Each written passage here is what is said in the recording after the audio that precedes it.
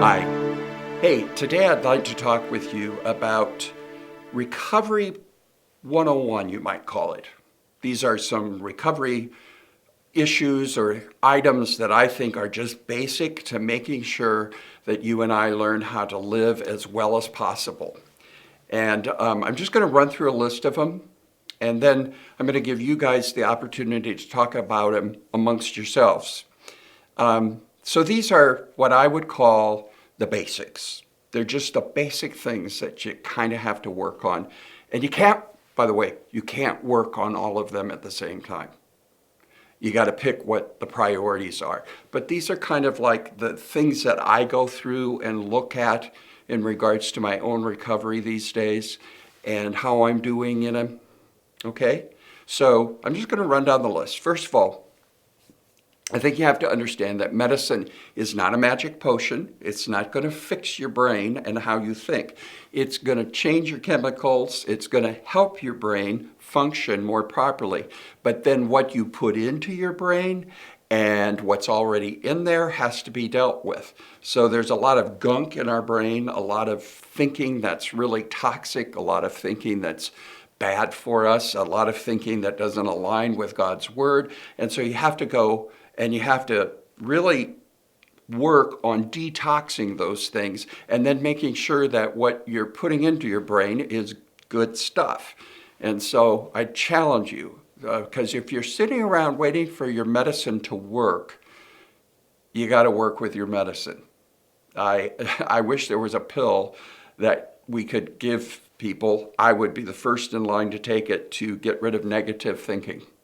Wouldn't that be great? But it doesn't work that way. So you got to detox your thinking and work then alongside of your medicine. Keep working with your medicine.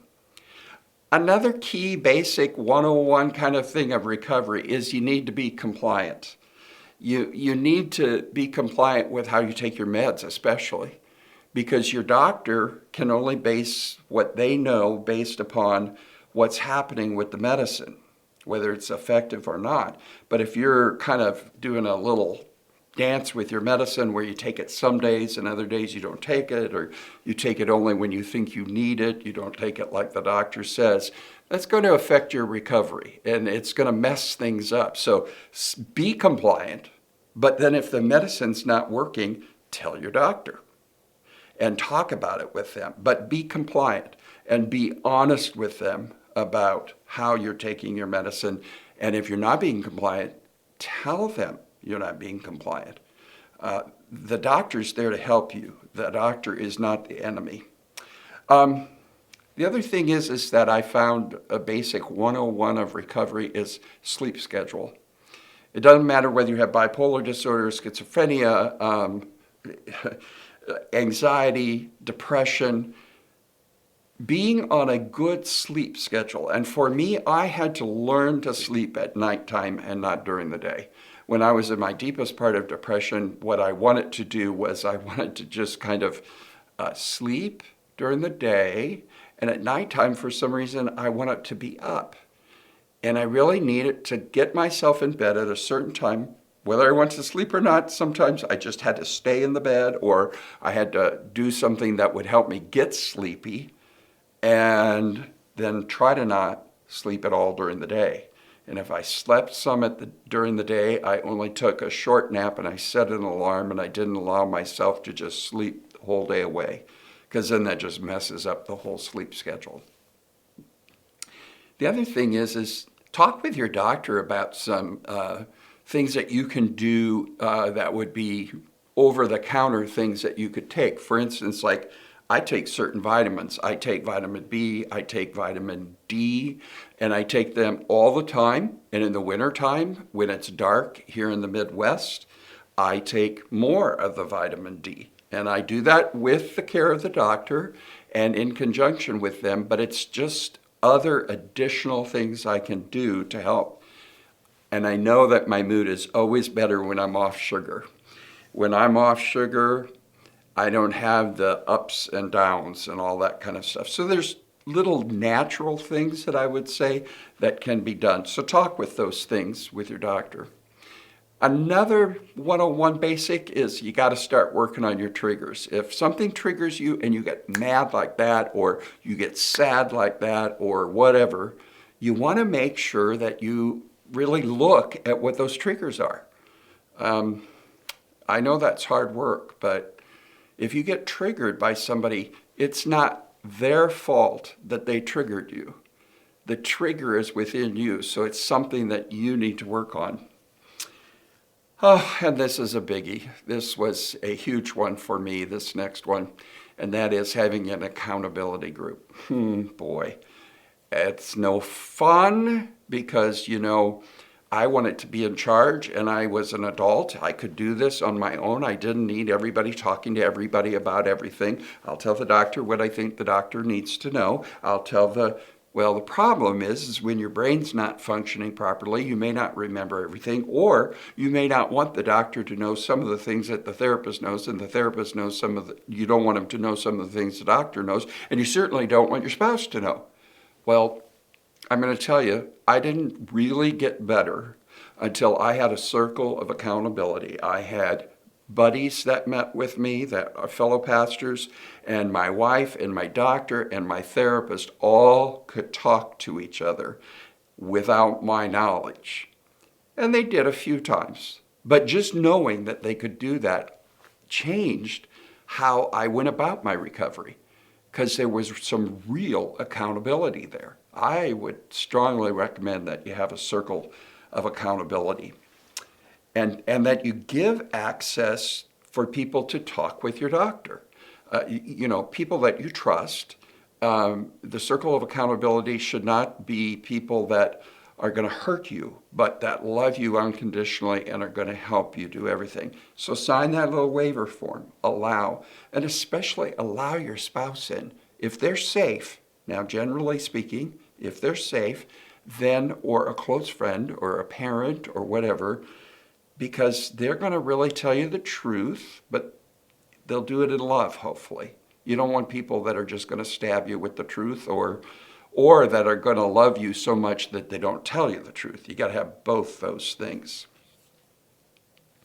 The other thing is when you first start taking your medicine, hey, you just got to wait. Sometimes there are side effects. Now, if the side effects are going to be there forever and you can't live with them, talk to your doctor. But when I first started taking medicine, my thumbs would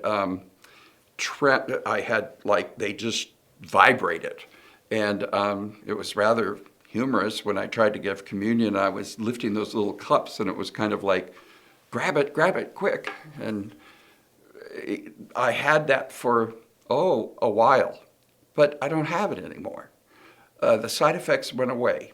And so sometimes I think people just jump to the conclusion this medicine's not going to work, I'm going to have too many side effects, and you kind of just go away from it.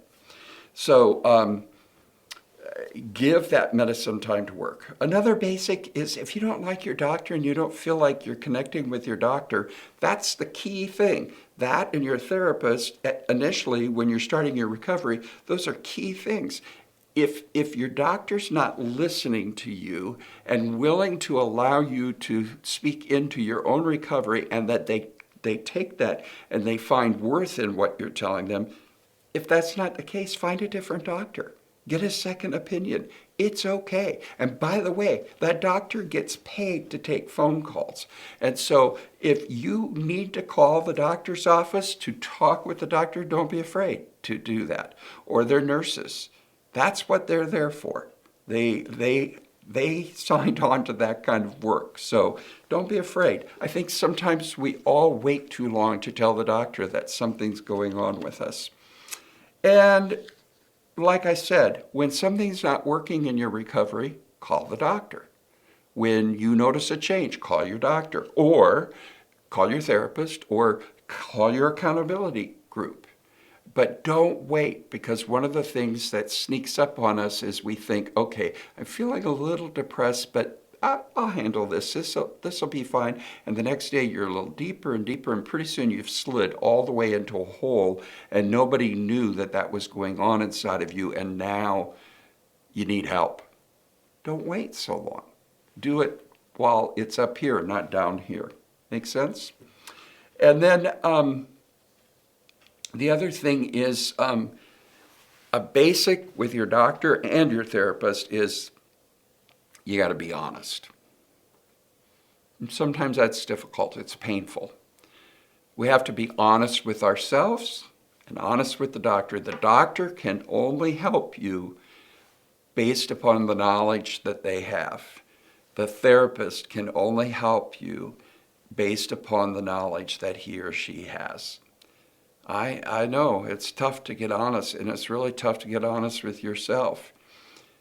Because, see, the doctor can't take a blood test and know, okay, these are the things that are wrong. It's not like checking, your blood pressure or anything like that. How the doctor judges what they need to do is based upon what you tell them, the information that he or she has. That's why when I first got into recovery, I took my wife along. And my wife could remember things or saw things that I didn't. And I'll tell you what, that was key. It was key. Because my perception was always just a little bit off. So there you have it. Those are some of the things that I think are basic 101 things in learning to live well in spite of your mental health diagnosis. And by the way, I'll remind you, you don't have to work on all of these at one time. You kind of have to pick out what's most important, work on that as you feel that you got a handle on that, move to the next one or whatever. Maybe you could be working on 2 at a time or whatever works for you. But you don't have to do them all at one time because you're going to feel like you're a failure right away if you look at it that way. So just one little thing at a time. The other thing is that simply know that this is a process and you don't have to be perfect. In fact, you're going to have imperfect progress. And so you're learning how. And when you learn how to ride a bike, you don't just hop on and go down the street. It takes a while. It's a process. But I want to remind you that the process is worth it. You can live well in spite of your mental health diagnosis. So now what I'd like you to do is just talk amongst yourselves. And if you're listening to this video alone, just think about it yourself. What are some other 101 basic things to recovery that I maybe haven't mentioned? Or which of these do you really think you need to work on and might be the most important for you? Or which one are you fudging on the most? Like maybe not telling your doctor everything. Just talk amongst yourselves. You got a lot of empowerment that you can do for one another by sharing. Until next time, may God hold you in his hope.